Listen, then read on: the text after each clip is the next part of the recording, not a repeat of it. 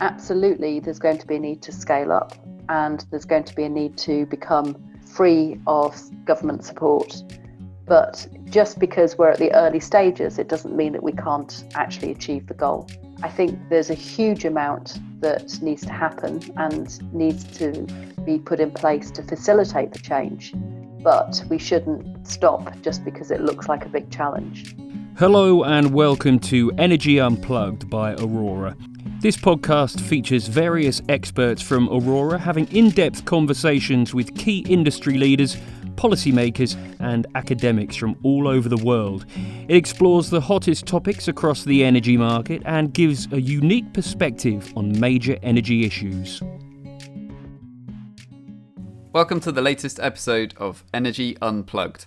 I'm Richard Howard, I'm the Research Director at Aurora. And in this episode, I'll be joined by Danielle Lane, the UK Country Manager for Vattenfall, who also acts as the Director of Portfolio and Transactions in their offshore wind business. Welcome, Danielle. Hi, Richard. It's great to be here today. We're going to be discussing the topic of net zero and also the role that Vattenfall can play in enabling this. Just as context, in 2019, the UK set its ambitious goal for hitting net zero emissions by 2050. And more recently, the European Commission has also set the same target under its Green Deal plan, all within the context of an aim to hit the 2 degrees Paris climate change target. Vattenfall itself has a similar ambition for fossil-free living within one generation and is involved in many different aspects of the energy transition that we see happening before our eyes. So it's great to have Danielle on the show to talk about how she sees the role of Vattenfall within this and what governments need to do to make this happen. I'm going to start, Danielle, by talking about the technology dimension of this. And really the question in my mind is, what are the technologies that we need to get us there to hit the net zero target? What do you see as the key building blocks and enablers to get us there? Yeah, of course. I mean, Vattenfall, I think, is a really exciting company to be in at this time. As an organisation, we cover a whole array of technologies that will help us drive towards an energy system that transitions towards net zero. For example, the area that I work in, offshore wind, is one of the key building blocks for that. It's going to be a technology that forms a backbone of decarbonisation for the energy system. But not just that. As a company, we supply heat and electricity to our consumers. And heat is one of the key areas that we will need to address if we're going to be hitting net zero. Residential and commercial properties are one of the largest contributors towards CO2 emissions in the UK, and we've got over 90% of our homes and commercial buildings using individual gas boilers. As an organisation, we have identified this as one of the key areas of change, and we've got a fantastic team who are looking at those opportunities in the UK, bringing learnings that we've got from heat networks in Europe and working in partnership with other organisations to bring about district heating. But additionally, I think there are things like hydrogen that is really talked about a lot at the moment. It's something that we can use to co-locate with wind farms. It's an alternative to the kind of maybe shorter duration battery storage, and it is going to be something that I believe, and many others believe, is going to be able to help us manage the surplus energy from high volumes of wind. We see it as having enormous potential, not just in decarbonisation of heat solutions, but also things like heavy duty vehicles, public buses, and potentially even some of the hard to tackle industrial processes like steel production. We have a partnership in Sweden called Hybrid, and that's around low carbon steel production. So there's a whole array of different things that we are going to need to address if we're getting to the point where we're even approaching net zero. So just to jump in, you mentioned hydrogen as a possible enabler. I suppose it'd be interesting to get your view.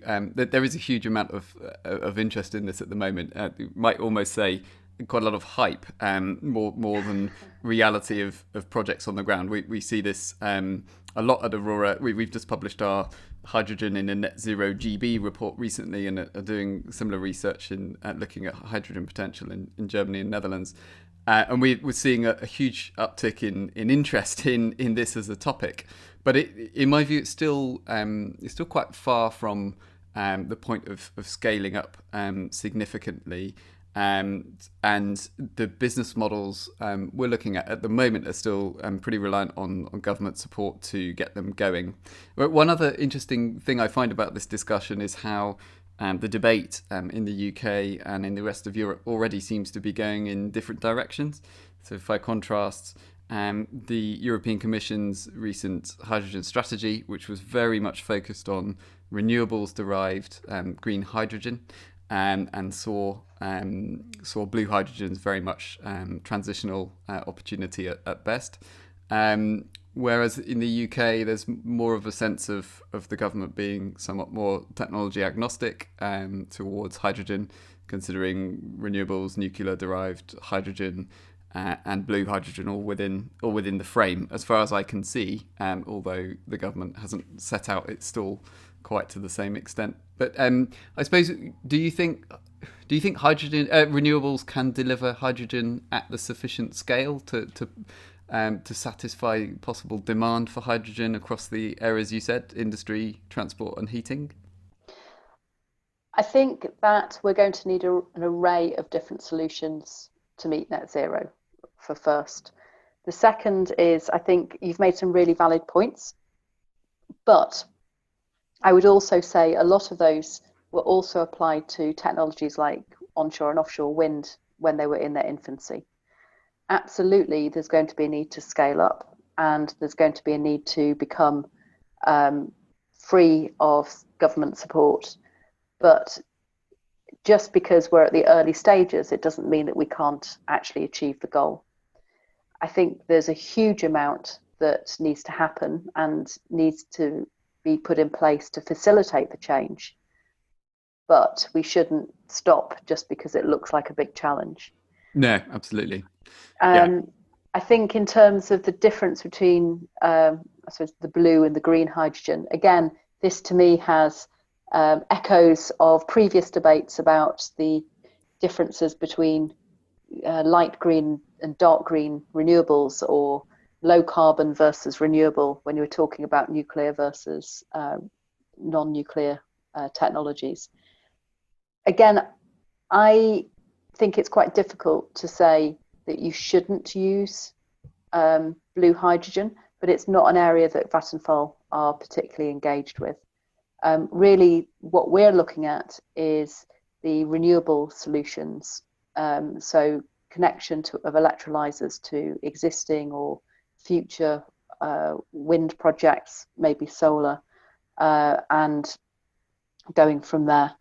What I would say, though, is we are actually using hydrogen in a Magnum project, which is a gas-fired power station in the Netherlands. And in that, we are using hydrogen from methane that's got CCS attached. So we're not specifically ruling out any option at this point. No, it seems in general actually that Vattenfall's involved in so many aspects of the energy transition from all the absolutely, all the but it's a core part of us as an organisation, and decarbonisation, I think, is the key piece here. That if we're going to have a vision of decarbonisation, it can't just be about generation decarbonisation. Yeah. Almost in many ways, that's been the easy part. I mean, it hasn't felt easy at all times, but certainly where we are today, looking back, we've come a really long way in embracing the technologies and being able to deliver at scale. The harder part now is reaching consumers. How do we get domestic and commercial and business demand met with low carbon opportunity? Yeah, and connected with that, you mentioned heat as you see heat as a big challenge.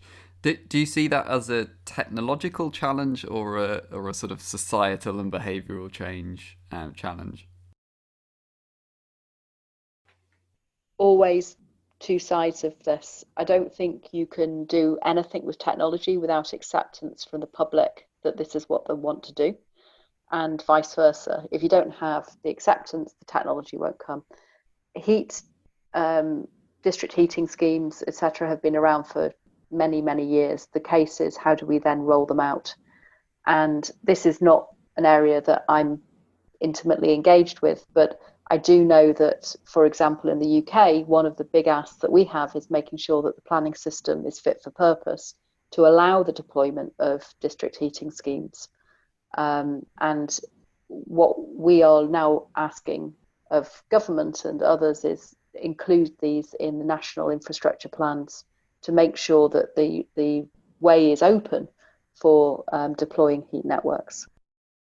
Yeah. Is there any conflict here? I suppose I see a potential conflict between, on the one hand, the idea, as you say, like it's a good idea to think about solutions such as heat networks when we're planning new buildings and new city extensions and so on. There's also a lot of discussion around further tightening of energy efficiency standards for new homes. But is there any tension between that and the sort of build narrative coming out of government at the moment, and the idea that we can try and reboot the economy, reboot the construction sector? There's a risk that second narrative is about just getting building activity going almost at all costs. But do you see a tension there? And if so, how do we resolve that? I think this comes back to the point I made about acceptance and society. What we can see as a developer of offshore wind, for example, and onshore wind, is that any infrastructure that you're doing needs to be done in close collaboration with the local population. We can't, as an industry, as a company, impose on the local community, particularly when you're talking about infrastructure that's going to be there for 25, 30, 40 years. We're going to be a partner in the long term, and we would hope that we can do our development in a way that is sensitive to the needs of the local communities, as well as delivering the national and the, I suppose, international objective of decarbonisation. Yeah, just kind of continuing on that theme around planning and how we think about infrastructure decisions. I suppose I completely agree with you that it's important to get communities on side in delivering new schemes, and we saw that through the development of onshore wind, particularly how in the early days projects got done, but over time it became more difficult and developers had to work a lot more with local communities. But I wonder, just sort of connecting the planning and infrastructure point with the net zero theme, do you think we should test all infrastructure schemes to make sure they're net zero compliant, all new ones? This is an idea that comes around fairly regularly, but say for something like, a new CCGT project, a new airport, new road building, should we be testing those schemes and only accepting as a nation schemes that are consistent with the net zero goal? I think this is a really interesting debate, and I think there's been some really interesting approaches taken. So, for example, in Wales, they do have an appointed person who is responsible for making just that assessment, and I understand has turned down or has seen some projects being turned down on the recommendation they don't comply with the environmental and carbon objectives of Wales. So it shows it can be done. I would say that we should see some kind of presumption that projects that meet net zero ambition will be going ahead.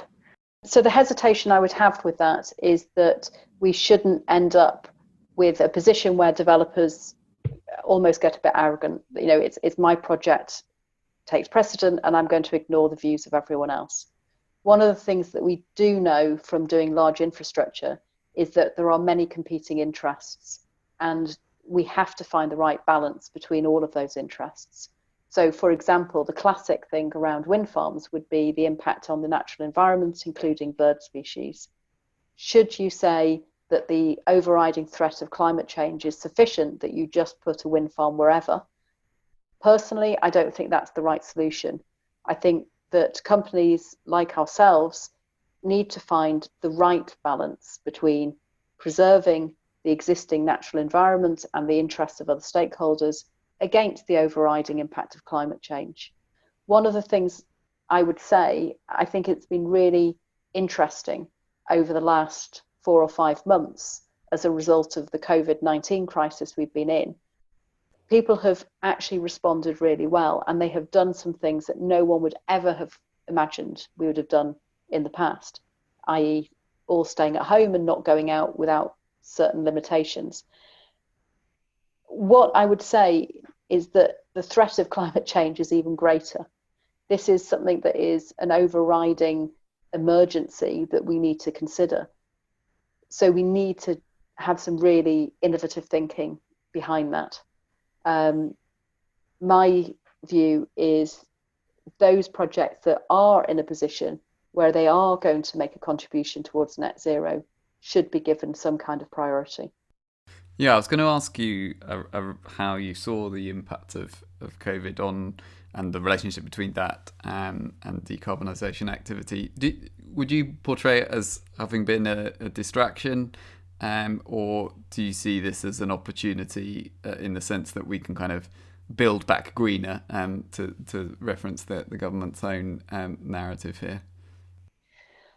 I think it's wonderful that the government is talking about building back greener. That really gives me hope. I think I would say, and I believe there was some recent findings published by BNEF, that we haven't seen a reduction in activity, particularly around the offshore wind space. And as a company, we have really made the transition incredibly well to all working at home. I've been really proud of the team and the effort that we've managed to put in keeping up the pace.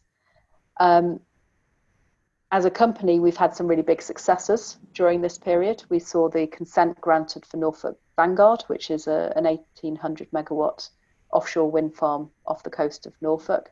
We've also started construction of South Kyle, which is an onshore wind project in Scotland.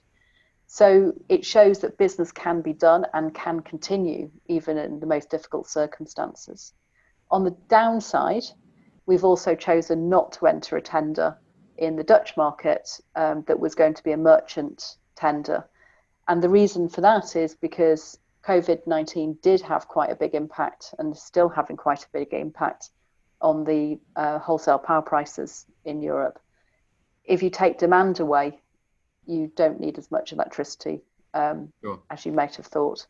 And I think that's a really interesting piece as well, because we talk a lot about system management and how smart meters and demand side management is going to offer a counterpoint to a more variable generation portfolio. But this has been a little bit of a live experiment in, does that really happen? Well, certainly we can reduce demand, but it isn't necessarily going to help us balance the system. So other tools are going to be needed. I think you're right, but business is being done despite difficult circumstances at the moment. Some projects are still proceeding, but I think so. Some recent research we were doing at Aurora really underlines the scale of the challenge of what we need to do, what building back greener really means in practice. So we found from our analysis that in this period, so in 2020, expectations are that the total global energy demand will be down about 6% and emissions down around 8%. But that's in the context where total global GDP is also falling by a similar amount. So we haven't managed to decouple emissions and economic growth. The two are still paired together. But looking forward, if we want to hit the UK or EU or global climate targets, we need to play that amazing trick of rebooting the economy, but keeping the emissions down where they are now and further declining by 6 to 8% per annum.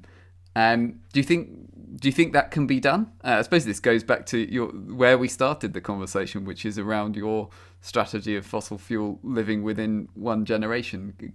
Can it be achieved? I think it has to be achieved. I think there is no doubt that if we're to tackle climate change, and we have to tackle climate change, we need to find a solution to all of these questions. Have we got the solution? I'm not so sure we do yet, but looking from a perspective of Vattenfall, I think we're in a really good place to make a contribution. We do have interests across a really wide range of technologies, and one of the big pieces of work we look at is around sector coupling. So how do you look at projects, not just from the project perspective, but from the customer perspective, and from how you can build a case for bringing them forward that encompasses all of the different interests. But in all circumstances, we should be looking at things that are low carbon. There's potentially quite a big role for government at the moment to push that forward and help to realise this overall ambition. And we do see the UK government and EU as well talking a lot about this building back greener narrative and about taking steps to intervene here and sort of have a green stimulus to reboot the economy but reduce emissions. We have seen some concrete measures emerging from that. So the £3 billion, for example, for energy efficiency in the UK is a good example of that. But do you think there's enough there? Could the government do more? Or to put it another way, what specific measures would you like to see in government's green stimulus plans, either for the UK or Europe as a whole? I believe that the UK government is doing some really interesting things. BEIS made an announcement about offshore transmission review. This is going to be critical. Offshore transmission is a critical piece of infrastructure to enable the offshore wind development in the future, and it's also going to have a really huge impact on local communities depending on where the cables come ashore. It's a really critical piece of work, and it's really great that the government is doing it. At the same time, we are asking quite clearly that the planning system is looked at, and that there is emphasis put on the need for low carbon developments, and that it's good enough to accommodate the different types of technologies that are now coming forward. So, for example, heat, renewables, storage, grid infrastructure, electrolyzers, all need to be added to the national policy, planning policy frameworks, so that we can roll out the infrastructure much more effectively. I think the other area that needs to be considered is the resourcing of the planning authorities. I absolutely recognise that there's a lot on developers to do, but we need to make sure that the statutory agencies and the planning inspectorate is adequately resourced in order to make sure that the decisions are made in the best way possible and in the most timely way possible. It strikes me that a lot of this conversation and what we've talked about is about how to get existing technologies delivered. So we talk quite a bit about wind and heat networks and electric vehicles and so on. But I wonder, is all of what we're doing at the current time enough, or is there a need for more radical innovation and potentially disruptive technologies to come along and go the last mile in delivering net zero? Is that something you think about at Vattenfall, and what do you see the role of that future innovation and disruptive technologies in doing the last bit of decarbonisation? As a company, we look at innovation in all areas, so not just about the big new thing coming on changing everything, but also smaller initiatives that are going to realise value in smaller increments, but equally importantly. I think we should also remember that the likes of wind is actually quite radical, and we see it as just part of the background now, but it is innovative, and it was quite disruptive when it came along, and some would argue is still having quite a disruptive impact on pricing. I think for really radical ideas, there should be room for them, but we can't just assume or rely on some kind of major disruption happening in the future. We need to build on things that are current and available now to make sure that we're making progress. I find it a little bit alarming, given the crisis that we see, the climate change being, that we just sit back and wait for things to happen.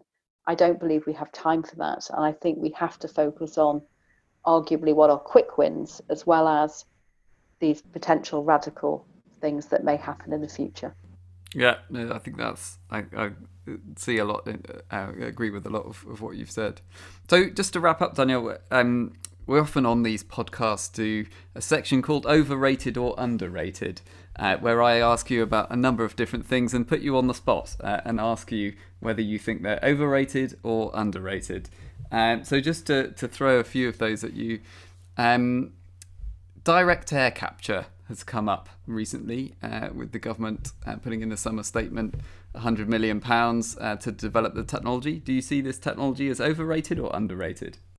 Good question. I don't know a lot about it. So I think at this point I'd say overrated. Hydrogen. Lots of talk about this, huge amount of hype in my mind, but how do you see it? Overrated or underrated? Spot on, I would say. We're where we should be. Okay. And what about smart technologies in the home? Do you see that as overrated or underrated? I think that's underrated. More can be done. And on that one, do you think more needs to be done to enable that, or do you think these technologies will deploy themselves?